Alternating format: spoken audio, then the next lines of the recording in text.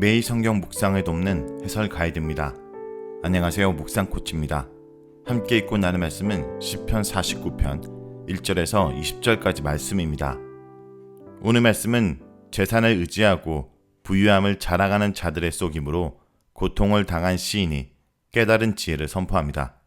아무리 부유할지라도 생명은 값으로 살 수 없고 죽음은 모든 사람에게 임하므로 재물의 가치는 한계가 있습니다. 이를 깨닫지 못하는 사람은 짐승과 같습니다. 자신과 자신의 재물을 믿는 어리석은 자의 결국은 죽음이지만 시인은 주께서 자기 영혼을 속량하실 것을 믿습니다. 1절에서 4절 읽겠습니다. 뭇 백성들아 이를 들으라. 세상의 거민들아 모두 귀를 기울이라. 기천 빈부를 막론하고 다 들을지어다. 내 입은 지혜를 말하겠고 내 마음은 명철을 작은 소리로 읊조리리로다.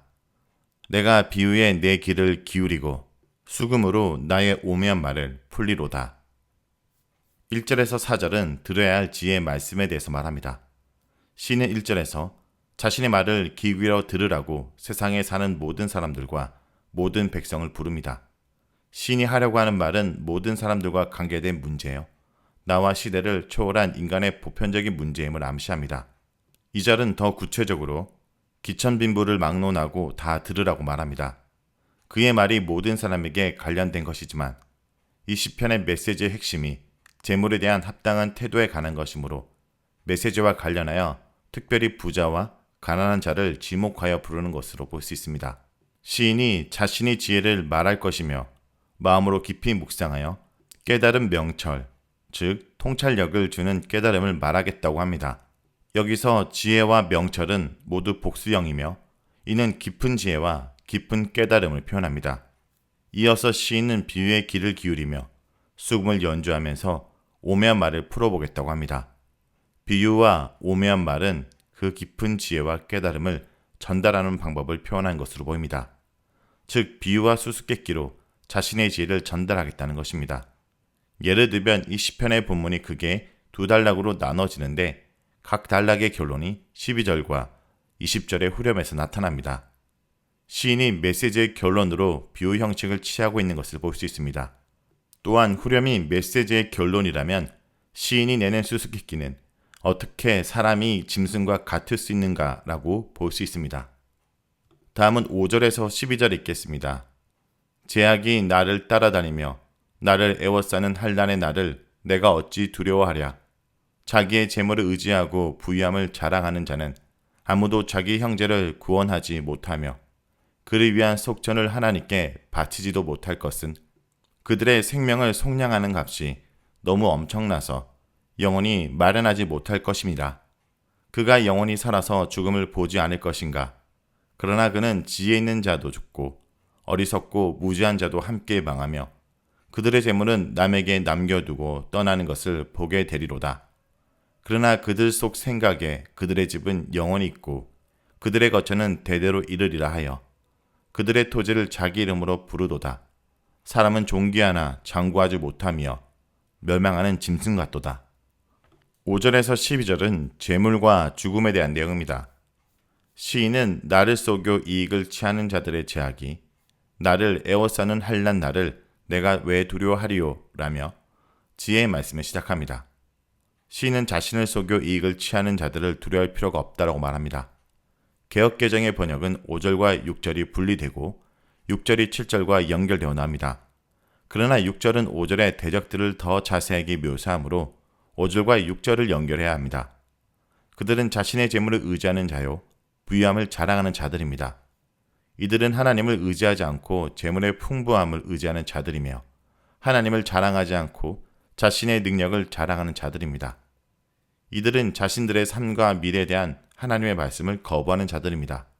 하나님을 의지하지 않는 자들은 저주를 받을 것이고 미래가 없습니다. 그들에게 미래가 없는 이유가 7절에서 9절에 나옵니다.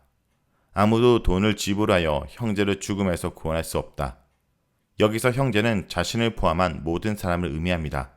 어떤 경우는 속전을 지불함으로 죽음을 면하기도 합니다. 그러나 생사를 주관하시는 하나님께 속전을 치르고 생명을 구할 수 있는 자는 없습니다. 그들의 생명을 속량하는 값이 너무 비싸서 무엇으로도 충분하지 않고 영원히 마련할 수 없습니다.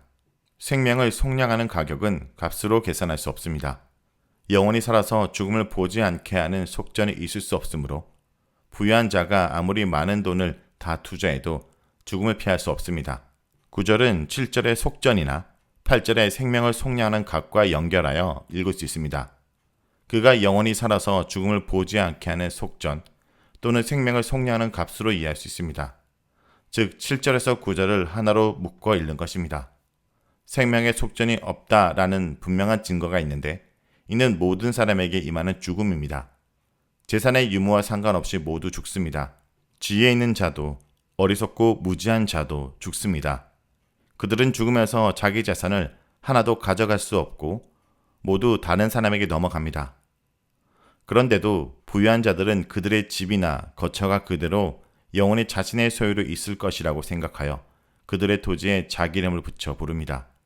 자신이 영원히 소유할 것처럼 자신의 이름을 따라 부르지만 죽으면 그의 자취는 흔적도 없이 사라지고 깨끗이 다른 사람 손에 넘겨질 것입니다. 죽음이야말로 자기 재물을 의지하고 부유함을 자랑하며 영원히 살 수 있을 것이라는 인간의 생각이 한상이요 착각뿐이라는 것을 분명하게 드러내줍니다. 따라서 짧은 인생을 사는 것을 모르고 재물을 의지하고 부유함을 자랑하는 자들은 마치 도살장으로 끌려가는 짐승과 같다라고 비유합니다. 다음은 13절에서 20절 읽겠습니다. 이것이 바로 어리석은 자들의 길이며 그들의 말을 기뻐하는 자들의 종말이로다. 그들은 양같이 스올에 두기로 작정되었으니 사망이 그들의 목자일 것이라고 정직한 자들이 아침에 그들을 다스리리니 그들의 아름다움은 소멸하고 스올이 그들의 거처가 되리라. 그러나 하나님은 나를 영접하시리니 이러므로 내 영혼을 스올의 건세에서 건져내시리로다. 사람이 치부하여 그의 집의 영광이 더할 때 너는 두려워하지 말지어다. 그가 죽음에 가져가는 것이 없고 그의 영광이 그를 따라 내려가지 못함이로다. 그가 비록 생시에 자기를 축가하며 스스로 좋게 함으로 사람들에게 칭찬을 받을지라도 그들은 그들의 역대 조상들에게로 돌아가리니 영원히 빛을 보지 못하리로다. 존귀하나 깨닫지 못하는 사람은 멸망하는 짐승 같도다. 13절에서 20절은 어리석은 자의 길과 의로운 자의 길에 대한 것입니다. 이전 단락의 요약인 12절은 다음 단락의 기초가 됩니다. 시인은 앞에서 말한 것을 요약하며 존귀한 사람들이 죽음당하는 짐승과 같다 하는 이유를 제시합니다. 즉 그들의 삶의 실체를 더 구체적으로 조명합니다. 먼저 자신을 믿는 자들과 그들의 말에 호응하며 따르는 자들의 운명을 제시합니다. 그들의 삶을 한마디로 조망하면 마치 죽기로 정해진 양같이 사망이 그들의 목자가 되어 그들을 죽음으로 몰고 간다는 것입니다. 재물의 풍부함으로 존귀함과 영광을 누리며 자신을 자랑하며 사는 삶이 사실은 사망이 목자가 되어 그들을 죽음으로 인도해가는 가정이라는 것입니다. 하나님이 억압당하던 정직한 자들을 구원하셔서 정직한 자들이 그들을 다스리게 될 때 그들의 존귀하고 영광스러웠던 아름다움은 다 사라져버리고 스올로 내려가 그곳에 거하게 될 것입니다. 그들이 영원히 소유할 것으로 여겨 자신의 이름으로 면명한 집과 토지가 영원한 거처가 아니라 스올이 그들의 영원한 거처인 것입니다. 15절에서 시인은 악인들의 운명과 대조하여 자신의 운명에 대한 믿음을 선언합니다. 15절의 원문은 하나님이 내 영혼을 구속하시고 나를 죽음의 건세에서 건지실 것이라고 표현할 수 있습니다. 7절에 사용한 구원하다와 같은 단어를 쓰고 있습니다. 아무도 생명을 속량할 수 없다라고 했는데 하나님은 시인의 생명을 구속하실 수 있고 스올의 건세에서 건져내실 수 있습니다. 하나님의 능력이 죽음의 건세보다 더 크다는 선언입니다. 시인은 어느 것도 죽음조차도 하나님으로부터 자신을 떼어놓을 수 없다라는 것을 확신합니다. 시인은 자신의 삶과 미래를 전적으로 하나님께 맡기고 있습니다. 하나님을 의지하는 자신을 하나님이 인도하실 것을 확신하는 시인은 이제 다른 사람들에게 권면합니다. 시인은 자신의 경험을 통해 얻은 삶의 지혜와 깨달음을 다른 사람에게 가르칩니다. 사람이 부자가 되고 권세가 더해져서 그의 영광이 높아지더라도 그것을 보고 두려워하지 말라라고 말합니다. 보는 것이 전부가 아니며 그것은 일시적인 것이기 때문입니다. 사람이 죽으면 아무리 많은 것을 가진 사람이라 할지라도 아무것도 가져갈 수 없습니다. 그의 재물은 물론 그의 영광도 그를 따라 스올로 내려가지 못합니다. 살아있을 때 무엇 하나 부족한 것이 없어서 자기 스스로를 축하하며 또한 사람들에게 칭찬받아 자신에 대한 만족감과 행복감이 충만했다고 해도 결국 그는 죽어 조상들에게 돌아갈 것이고 영원히 빛을 보지 못할 것입니다. 20절에 존귀하나 깨닫지 못한 사람은 이 세상을 살면서 무엇 하나 부족한 것이 없어서 자기 스스로를 축하하며 또한 사람들에게 칭찬받는 인생이지만 그것이 행복한 삶이라고 생각한다면 존귀하지만 깨닫지 못하여 도살당할 짐승과 같다라고 말합니다. 아무리 부유와 명예와 영광을 누린다 해도 하나님의 능력이 죽음의 능력보다 크다는 깨달음을 얻지 못하면 미련한 짐승과 다를 바가 없다는 것입니다.